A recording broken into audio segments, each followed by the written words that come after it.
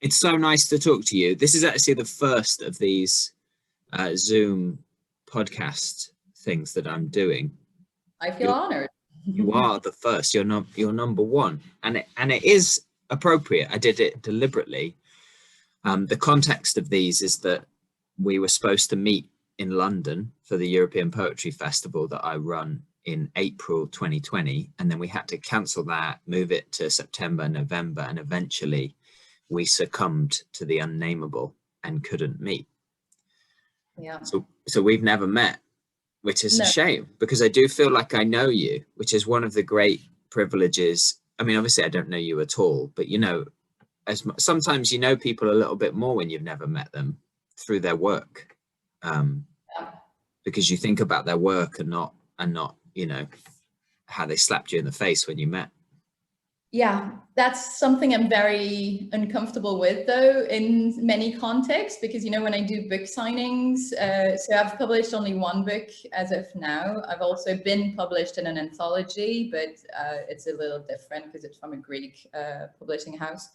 So the first book I published was published back in 2018, and it's called Watch the Sound of Mountains, and it explores this very strange stretch of time when you're close to someone that is about to die, and the time doesn't feel the same as it usually does. There's nothing that you can do, so it's a completely powerless state, but at the same time very important things are happening in this nothingness.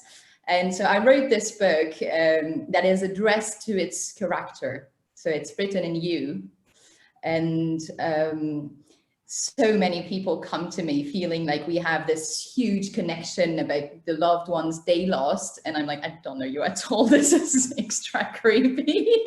So yeah, I get what you mean about feeling close to people through their work, because obviously I have that feeling with authors and filmmakers and musicians that I really appreciate.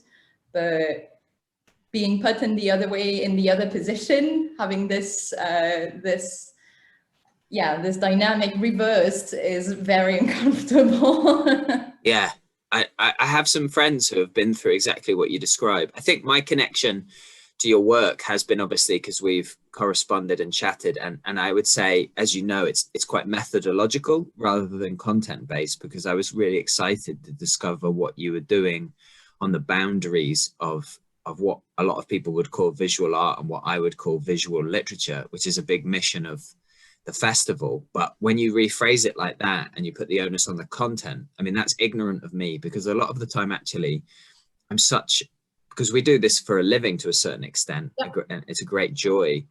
The content of people's works is curiously impersonal to me, and that's a failing in me. I think I'm actually much more focused on the context of who they are when I've interacted with them, even via email, with the method.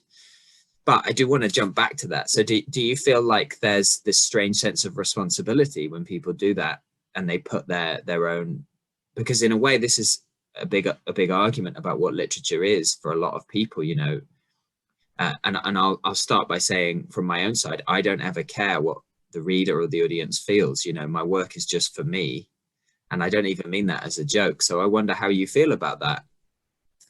I wouldn't say my work is just for me, because I have a very non-aligned way of looking at the arts in general, because I'm not just a writer. I'm educated as a painter. I went to fine arts school and all, and I started writing afterwards.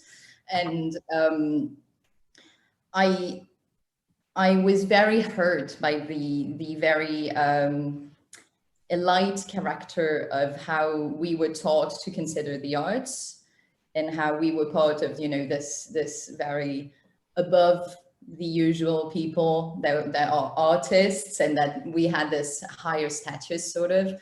And I never felt acquainted with that conception. And so I think everyone has art in them. I think there's a French artist that I love that said once, art is way too important to be left in the sole hands of specialists. And I do feel that strongly, but also I would define the difference between artist and non-artist by just being whether you dedicate, first of all, you dedicate yourself to it compared to something that just runs through you time to time.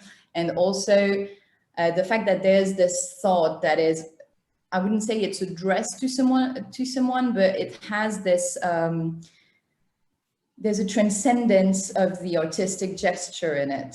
That is not, it's also the difference between art therapy. It's also the difference with, because I have a journal, for example, I do a lot of stuff just for myself. And they are in many ways not the same that what I do in general as my official artwork, because they are, yeah, the artwork has an artistic thought to it, or a poetic thought to it that, yeah, that makes it an actual artwork outside of the intimate journal or something. And even though I work with my journal when I write books and all, but so I wouldn't say my work is addressed to people in the sense that I think about how they will like it or not, but yeah, I am conscious that it's going to them, and I would say I'm a quite empathetic person, so obviously I'm touched when people are moved and all, but also, as I said, very uncomfortable. It's a lot more comfortable to speak with people that have a consciousness around this artistic gesture, so other artists, because then they'll also see this part of transcendence that comes in it, which most people do not, because they just feel touched by the content, as you were saying. Oh, that's interesting. Yeah, I think that overall, I couldn't agree with you more. You know, I've been really drawn to these like post-war brutalist artists like Asger Jorn and the Cobra Group and people like that, who are essentially trying to tear down this hierarchical structure of technique normally in the professional artist. But I do think something else has seeped into it. I thought your description of the difference between a professional artist and someone who can make art as valuably as anyone else is very elegant. I often use the word attention and expertise. You know, you put more time into anything, you gain more knowledge. And I think it's a bit of a shame that that argument's been lost sometimes when we're talking about hierarchies of criticism. I do think people who invest their whole life into studying or writing poetry and art obviously have a more valuable opinion than those that don't at all. But I do think something else terrible has kind of happened, which is that there is a leveling when everyone, I mean, I've been at courses before where the title is everyone's an artist. And I think that that's problematic also for then what the value and the expertise of an artist is. If we don't interrogate what it's actually doing, then I think something does get lost a little bit. I don't know how you feel about that. I do not believe that everyone is an artist. I just believe that everyone can be. Yeah, I think that's true. I think everyone can be a bad one. And that would be very different from what I was taught, which was about like, you know, creating something entirely new or having this talent and I don't really believe in talent, first of all. Well, I'm very impressed with people that just have it in a way, something that you can't really describe, but I would not consider myself to have talent in itself. I just work very hard and I'm very dedicated, and yeah. And also, you know, I think people are very limited, and I think I am a very limited being. And I don't say that it doesn't make me sad at all. And I don't think it's a sad statement. I just also think that we have to find a way to do what we sort of have to the best we can to work hard on this path. And, you know, a lot of people ask me, why do you write the type of books that you write and how do you choose that? Honestly, I didn't choose. It's no choice. I choose to do it. I chose to work hard, my heart in it. I choose I choose my level, the level of quality I want to attain, but I did not choose my subjects. I did not choose to even be in the field of arts. I think that was like the part of me that was the less developed from where I came from, and that was very necessary to nurture and cultivate it and to get there to meet it. Otherwise, it would have been like a life with a part of the self being sort of cut off from me. And I don't think it's sad. I mean, the subjects, they just come like I'm an obsessed person. So I'm obsessed with them. And I would even say that in a way I copy my books more than I write them, because there's a moment where I have this sense of the book exists and it's not started yet.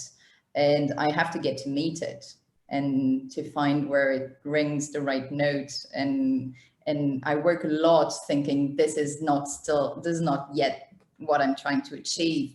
And so it's very unfathomable, but it's still something that you're pursuing rather than creating. And yeah, so I would be unable to write, I don't know, a mystery novel, a police inquiry, a reverse in time story about the plague, or I don't know what. I wouldn't be unable to do that. My imagination doesn't go that far. I am completely limited on that field, and it's okay. I think that we lose a lot of time chasing something that we would like to be that we're not, instead of trying to cultivate what's there. Absolutely. Well, that is some profound self-knowledge you have, Linn. I couldn't agree more with what you said. And your self-awareness is a great sign of intelligence, I think, in people to be aware of that fundamental limitation. To unpack that a little bit, then, there's a couple of angles one could come at those ideas from, because that's something I feel a great kinship with myself. I mean, you could speak about chance operation, or you could speak about the idea without getting too deep into it, but something I'm fascinated with, free will, the creative decision. I've always been so fascinated by people actually kind of failing, but still trying because they don't want to admit limitation, what actually happens within the creative process, because it must be purely instinctual or neurological or soulful or improvised or impressionistic at its root, right? Because none of us can think about what we're writing, making, editing and doing in the same speed that we actually do it. I mean, in a way, a good creative act is losing time. It's losing self-awareness and consciousness. And obviously the history of literature is people trying to bludgeon themselves into that state through alcohol and drugs, whereas it seems to me a self-caring artist will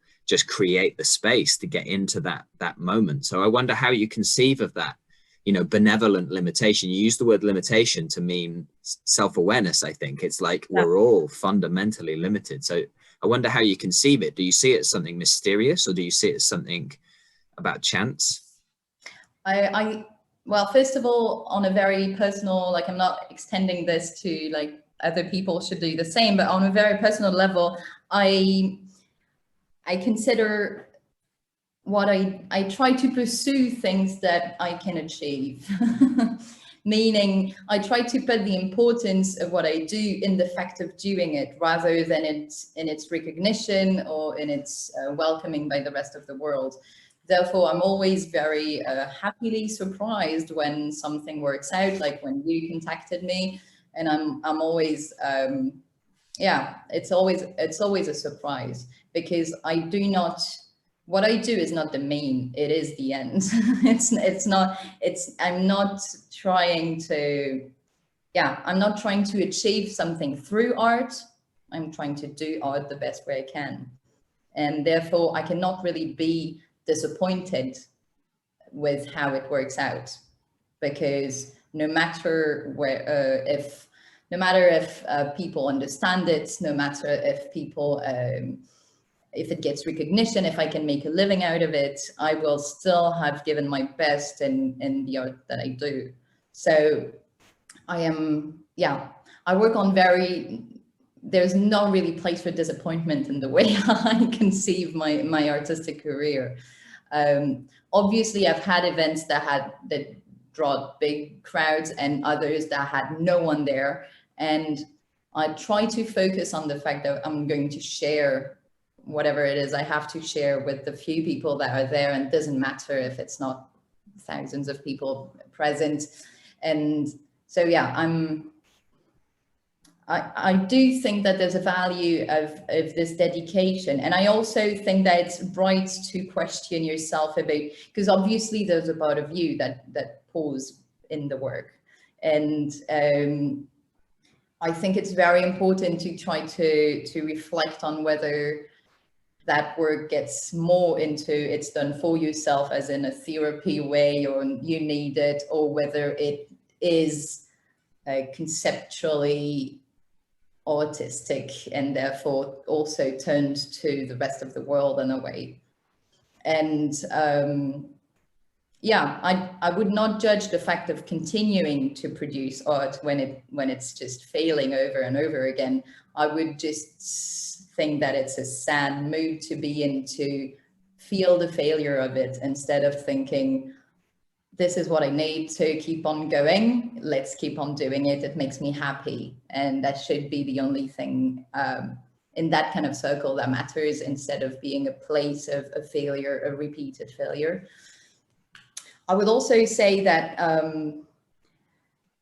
in a way, so I just finished a new book that I luckily won a big grant on from Switzerland. So I'm intending on publishing it next year. And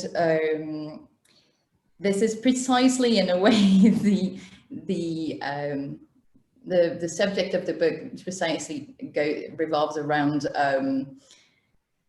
something, first of all, that outside of language. So the first idea is that within survival, when the being is put in a state of survival, there's a first step at that moment where life stumbles. And this first step, whether you move on or you keep on stumbling, sort of, this moment, I think, is not something you make, is not something you can be proud of, is not out of efforts or fighting spirits. It's just there, or it's not. And I cannot really explain what it is. So it's outside of language, and it's not something that you can take pride in. Afterwards, there's the whole reconstruction, the whole efforts, the whole things you do for yourself. I'm not minimizing all the efforts that people that overcome big challenges in life put in their reconstruction. But I'm just saying there's a first step. And this moment is outside of language, and this moment is outside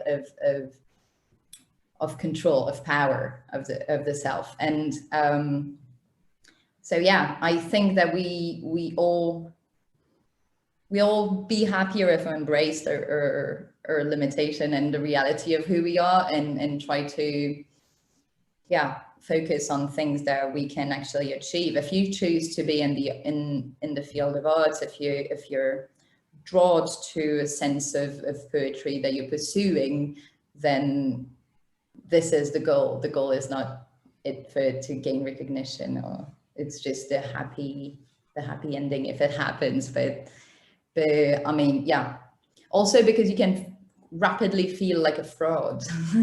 You know, if recognition comes too easily, if people say that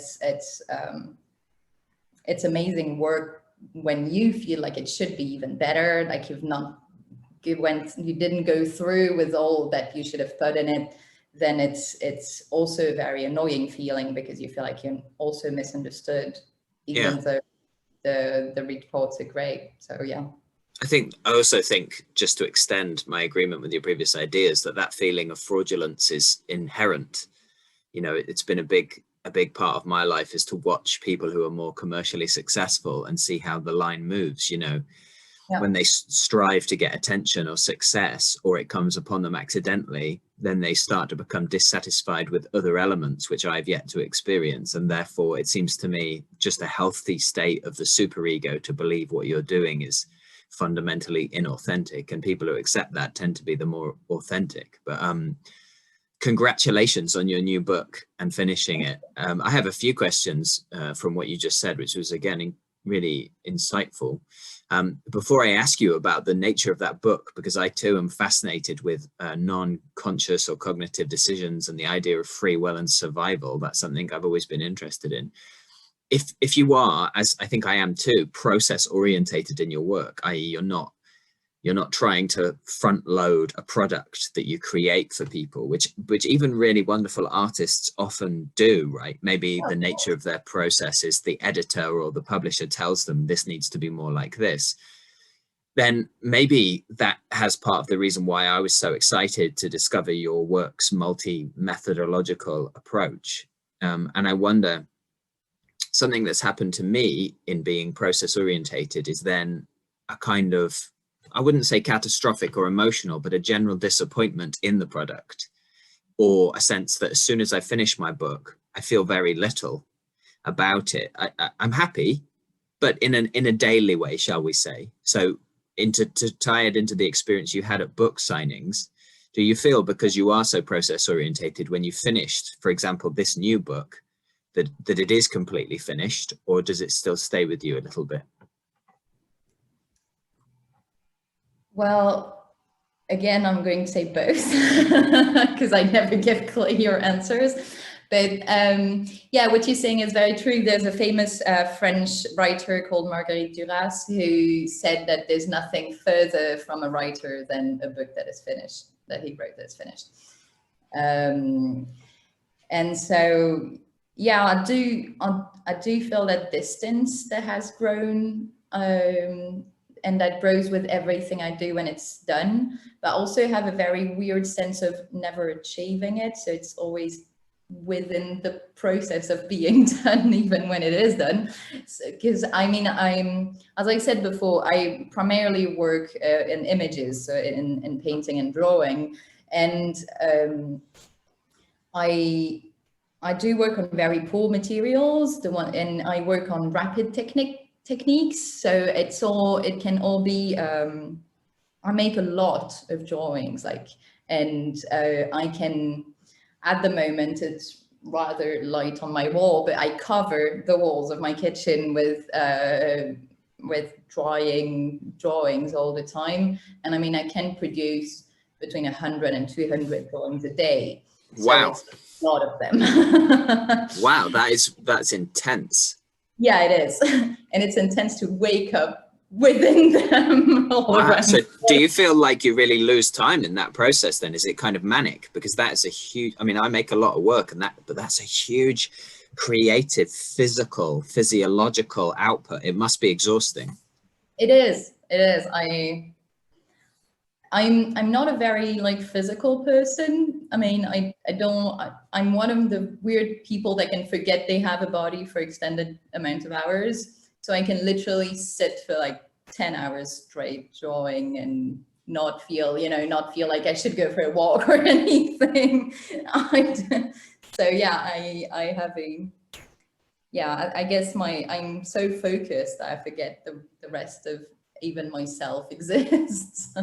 So that process then, are you really losing self-awareness? Are you just focused on an idea and just constantly engaging with it? Because I find that hard to imagine. I can imagine I've had hours, I've had moments, but full days, 100 drawings. I think my impatience would get in the way. I'd be like, this is not working. I'd move on. So I'm fascinated by that. Well, I'm not, I don't look at them directly. So I'm not, the whole concept, I don't judge my work as it comes out. Sure. So I don't see whether it's working or not. I'll look at that the day after or something. But yeah, I don't know. I like the concept of exhaustion. I feel like I'm bringing new things in that state, and it's not the same. It's not the same thing as having an idea. I brought back the drawing and painting into the conversation, but then I lost my train of thoughts. But I did it because what I meant to say is that I think I could not have written if I had not drawn before, in a strange way, because I was always much more attracted to literature and to writing. But I also come from a very cerebral type of environment, a very, everything has to, both my parents are scientists, my mom is a biologist, my dad is a physicist, and everything, you know, everything that is real can be seen, can be experimented, can be known, and therefore there's literally no space for what poetry is about. And I think that I needed to abstract my way of thought to be able to write, because otherwise it was all sort of locked within itself, that it couldn't, yeah, if the idea is too clear, then nothing comes out, sort of, because, you know, every time when I was a kid or something, when I wanted to write, you know, amazing books about adventurous things, then I had the adventures, and then it would all be contained in only one page, because I mean, this happens, and then this happens, and then this happens, and that's it. And obviously it was a no-go. And so yeah, I had to learn to sort of dissolve the way I look at things, and dissolve the get in touch with things that I could not completely master, and with yeah, and accept to be surprised by my own work, which started a lot more in the drawings than it did in the writing at first. And I think that I needed all of this time approaching things that I could not completely understand and not completely put into words, to then be able to write. So yeah, I think I have a lot of process in a way, but they're also very, the whole point is to try to be connected with the instinct of it, because it's very instinctive. It's not like I have, you know, I don't have rituals, things that I do every day or anything. Yeah, again, that's something that I can feel a great kinship with. I think it's fascinating to hear that very, very eloquent description of the polarity, you know, and I think maybe that's necessary. And I've found that a lot. I think that your work, when I discovered it, I could feel it situated in something that's happening all over Europe at the moment, which is really exciting for me. It's one of the reasons why I run the festival. I think the two areas where I'm really excited are in live literature, where a lot of people, independently of each other, are creating an interrogation of what it is to make something happen in time in front of people, that isn't just a reading, that isn't just a simulacra of something people do alone. And the other is an exploration of the visual properties of poetry. And of course, this is something with concrete poetry and asemic writing and a lot of things that's been going on for a very long time, but also not really, you know, not really in mainstream festivals, and often in the fringes of the art world. So I felt like a very organic synthesis in your work between a concern for the eye, for what is seen as well as read. And I've witnessed this in really 50, 100, 200 amazing contemporary poets all over the continent who don't necessarily know each other. So that's one of the reasons why, when I found your work, I was immediately you know, in touch with you and Pro Helvetia to invite you to come, because I think that it's fascinating to me how what you describe seems to be an organic impulse of maybe this time in contemporary poetry or creativity, and how often people describe something like you just described. I think doing 200 drawings a day, that is unusual, and that's quite fascinating. But I think the idea, for me, it was coming from martial arts and other things that were very structured and formal and had to be broken down technical. And then you realize that you can only get to those states of like self-insight to work that you feel satisfied by doing the opposite. So I didn't know that about your parents being scientists, but that is an amazing sense of where your visual work and your creative impulses come from. Because I think a lot of people who don't have that technical, should we say, quantitative, logical, conceptual thinking in their background, in their life, you often find their poetry somehow tries to force its way into that kind of thinking, and it gets stuck in the middle. And often I think that's the reason why a lot of people use very traditional poetic language or poetic phrasing, or work within traditions when there's so much new stuff happening now in our language realities, because they're not operating on a personal polarity. So it sounds like you've kind of have a strong sense of why you're innovating and interrogating the boundaries between what's happening in poetry and art. Well, yeah, probably all of what you just said, but also I think it's also due to, again, in a limited version of myself, and I think that the people that I've been inspired by most in visual arts were what we call in French art brut art. I don't know Sure. if it's said this way.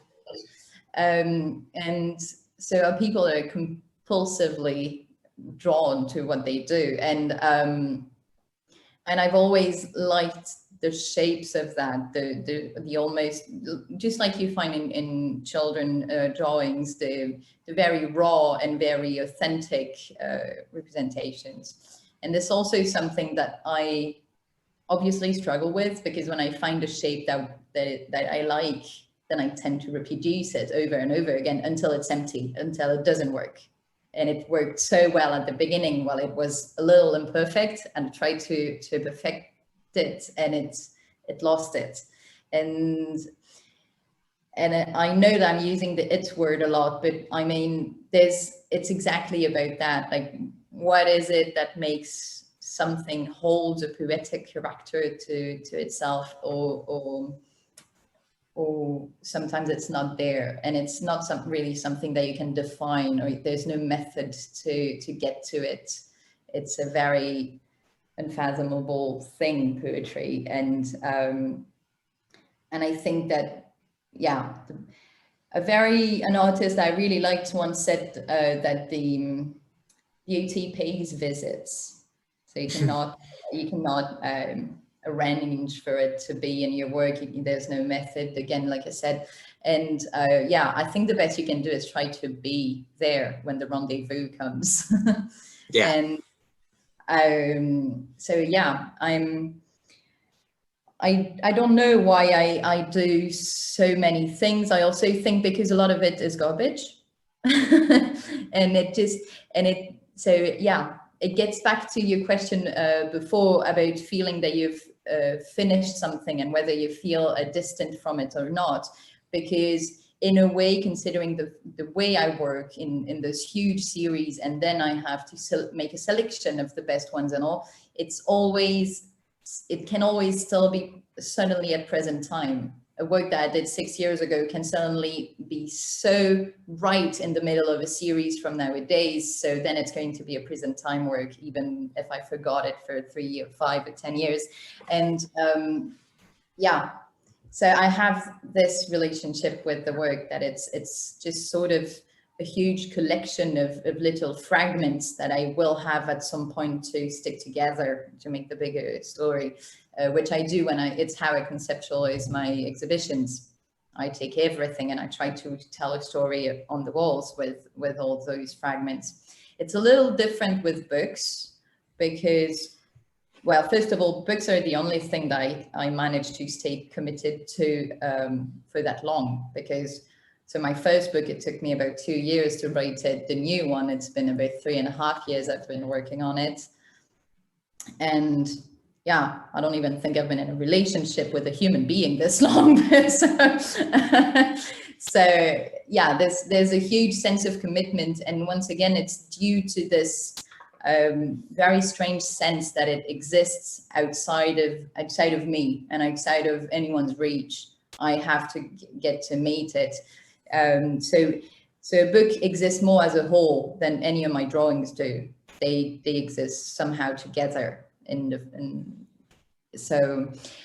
but I do have with the books still this relentless way of some words that if I found the exact words that sounded so right together, it will accompany me. So I feel distant from the book, but sometimes I have like just an expression or a few sentences that stick with me, and I have to be aware of not rewriting it in a new text. And how much is language a part of this? And forgive me if I'm incorrect, but with a lot of your drawings that include language or visual poems, to me, they seem to be in English, or are they translated? And then it seems like your poetic text or your poetry, your books are in French. I believe you're Francophone Swiss, is that right? I mean, how much is Your English is unbelievable. Thank you so much for doing the conversation in English. Your English is better than my English, and I'm monolingual. It's incredible how eloquent you are. But how much do you think, you know, Swiss Francophone as a tradition, as a language, as an environment, and operating in two languages also is part of your process, because different parts of the mind maybe, or different cultural weights? So I don't really come from here. I mean, in terms of origins, I come from an international family. And my mom is Swedish and my dad is half French, half Belgian. But yeah, they both grew up in several places in the world. My dad was born in Ethiopia, in Africa. And so, yeah, they were both kids of diplomats. So wow. they won a lot. And we did too when we were kids, because my parents were researchers in universities. So yeah, it's my home. It's the city. Geneva is the city that I know the best, but it's not like I have many generations of my family implanted here. But yeah, I did grow up around many languages. The first language my parents shared was English together. But yeah, when we were kids, they started speaking around that time, I guess, speaking French to raise us.